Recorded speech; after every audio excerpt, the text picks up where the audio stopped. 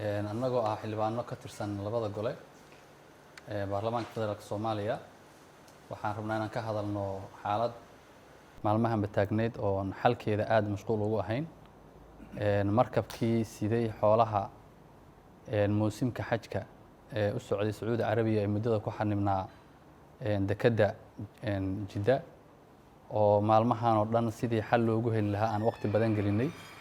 oo in badan oo kamid ah xildhibaanada oo hadda baarlamaanka kamid ah ay nagala shaqeynayeen sidii xukuumadda cadaadis loogu saari lahaa in ay maaragtay xanibaadaas ka qaadaan xoolahaas run ahaantii sida ummadda Soomaaliyeed ay la socoto xoolahaasi wuxuu ahaa xoolo ummadda Soomaaliyeed oo dhan laga soo wada aruuriyay oo ganacsatada waqooyi iyo koonfurba ay si wada jir ah ma garanaysa ay uga shaqeeyeen waxay ahaayeen xoolo dad reemiyi ah oo dhibaataysan ay intooda badan maaragtay qaarna amaah looga qaato qaarna ay suganayeenba muxuu ahay nacfiga ka soo bixi kara oo waa dhaqaalaha kaliya oo Soomaaliya isheeda dhaqaale oo la taaban karo oo waqtiga dheerna ay ku tiirsanayd arrintaas ayaan in muddo ah aanu maalmahan oo dhan waxaan ka shaqeynay sidii xal loogu heli lahaa xukuumadda hadda jirta madaxweynaha uu ka yahay Maxamed Farmaajo ra'iisul wasaare Xasan Cali Khayre xukuumaddaas inta ay jirtay waxaan ognahay in Somaliland iyo ganacsatada waqooyi iyo shacbiga waqooyi dhammaantoodba uu culays gaara saarnaa sida aan ognahay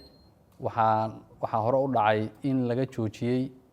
muxuu ahay gargaarkii bani aadamnimo oo hay'adaha samafalka ay sida gaarka ah wala macaamili jireen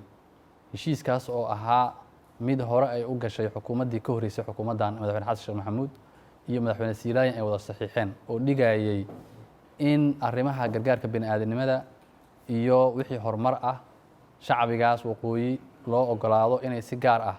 ay u macaamili karaan inta xal laga gaarayo dhibaatada siyaasadeed ee jirta heshiiska asaga ahaa inta ay jirtay xukuumaddaani ma uusan shaqaynin waana dhibaatada salka u ah muddada dheer inuu markaas ku xanibnaado badda oo ugu dambeyn dowladda Sacuudi Carabiya ay tanaasul samaysay oo markabkii sida lagu fasaxay xoolihii saarnaa waxaan rabnaa in xal rasmi ah laga gaaro waxa keenay dhibaatadaas oo ah in special arrangementigii hore loo saxiixay la wada ilaaliyo oo xukuumaddaani ay ogolaato special arrangementigii inuu shaqeeyo maalmahanba waxaa taagnaa 10 cisho u dambeeyay in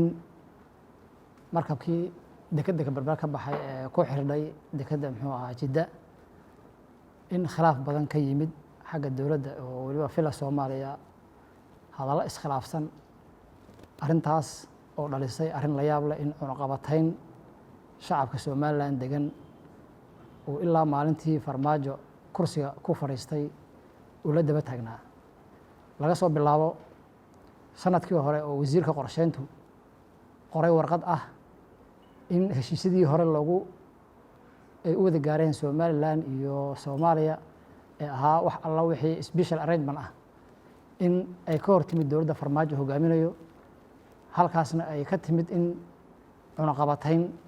dhaqaale iyo mid siyaasadeedba ay isku dayaan inay saaraan muxuu ahay dowladda Somaliland iyo maamulka meesha ka dhisan iyadoon ognahay waxa koonfur ka taagan sidii uu Farmaajo xilka u yimid hadday noqoto Hirshabeelle Galmudug Puntland wixii ka dhacay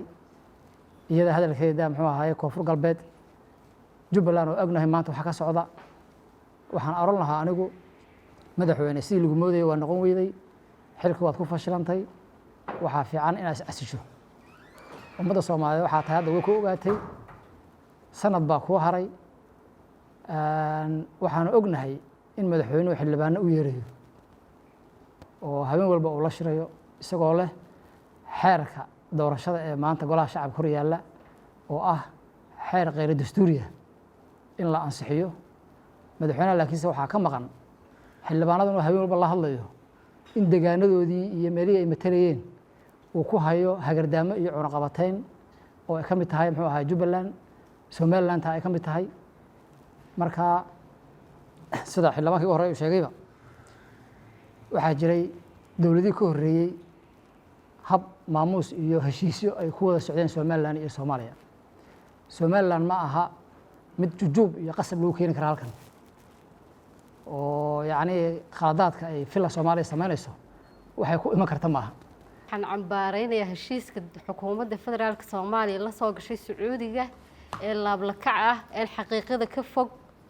ayaan cambaaraynayaa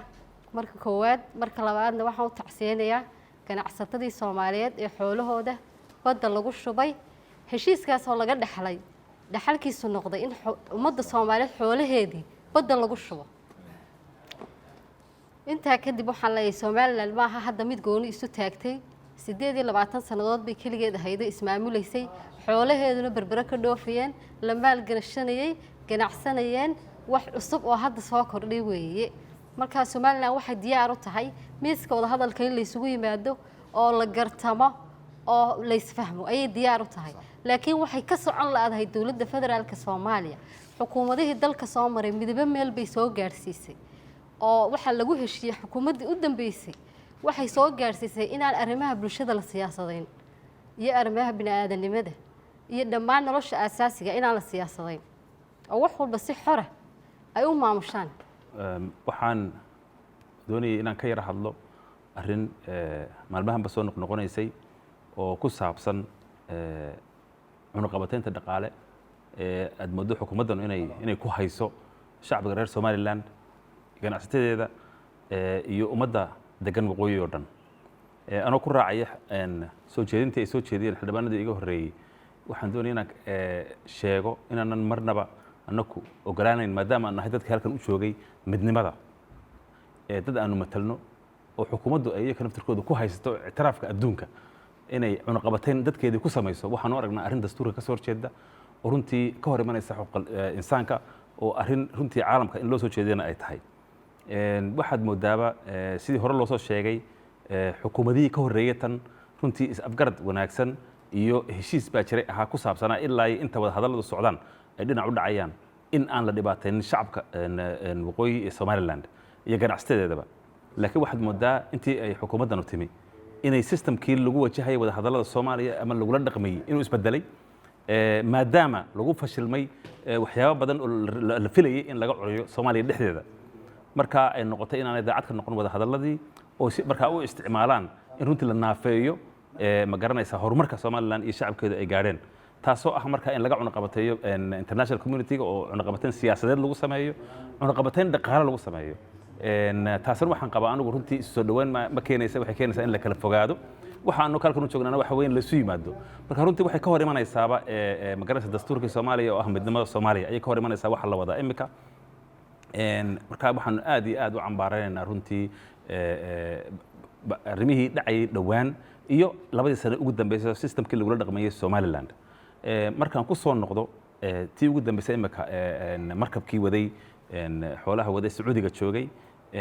inay gaadho 12 maalmood inuu ku xayirnaado dekedda Sacuudiga waxa weeye runtii waa wax dambi dabagal u baahan dambigaas in la dabagalo. sii deynta la sheegayana runtii waxaan ognahay inay boqortooyada Sacuudiga markii dambe ay iyadu sii daysay. xaalkana ay bilowday xukuumadda Soomaaliya in iyadoo is-afgarad wanaagsan xoolaha intii ka horreysayba ay ku dhoofayeen in dib loogu noqdo ayaa ka keenay. sababtay ku keenayna garan mayno. waxaanu doonaynaa teeda kale cunaqabataynta dhaqaale waxay bilaabatay maalintii wasaaradda qorsheyntu ay qortay in dib looga noqdo is-afgaradkii hore ee ahaa special arrangementka iyo new dealka ee lagula dhaqmayay Somaliland iyo Soomaaliya.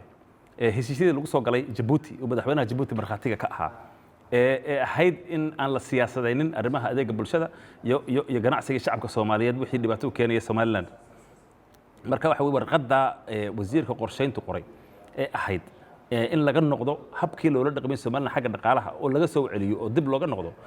taasaa ugu horreysay tallaabadii maanta wax laga dheefaray waa inta maalintii dhaweydtii dhacday. waxaan doonaynaa marka in la xisaabtan saxa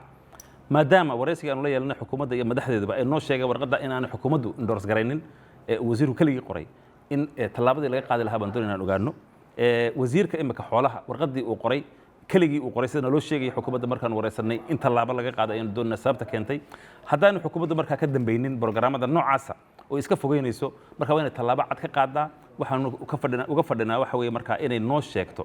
maxaa iska bedelay sababaha keenay in jihadan cusub la qaato ee cunaqabateynta dhaqaalaha siyaasadeed lagula dhaqmayo Somaliland in loo sheego annaguna sida aan idin sheegnay waxaan nahay golay shacabka ee matalay shacabka Soomaaliyeed oo dhan meel ay joogaan ama ha noqoto Jubaland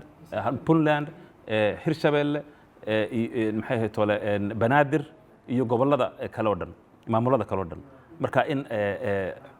fargelinta lagu hayo laga daayo